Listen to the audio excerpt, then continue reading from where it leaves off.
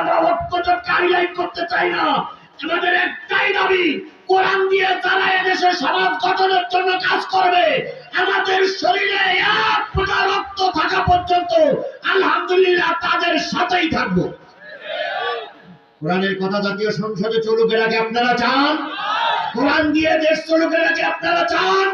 বঙ্গভবনে নামাজি রাজা আগে নাকি আপনারা চান?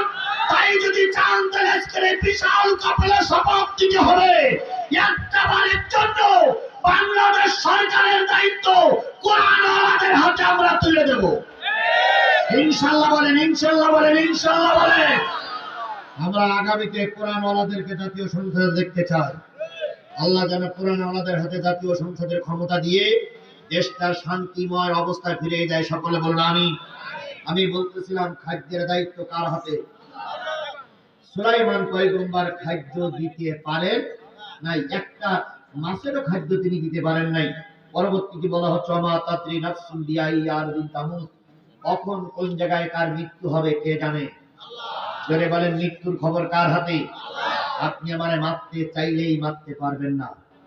আপনি অনেক চেষ্টা করেছিলেন বাংলাদেশের মানুষদেরকে মেরে ফেলার জন্য, কিন্তু আপনি মারতে পারেন না। আপনারা কপড়া কুপড়ি বেঁধে নিয়ে চলে যেতে হয়েছে।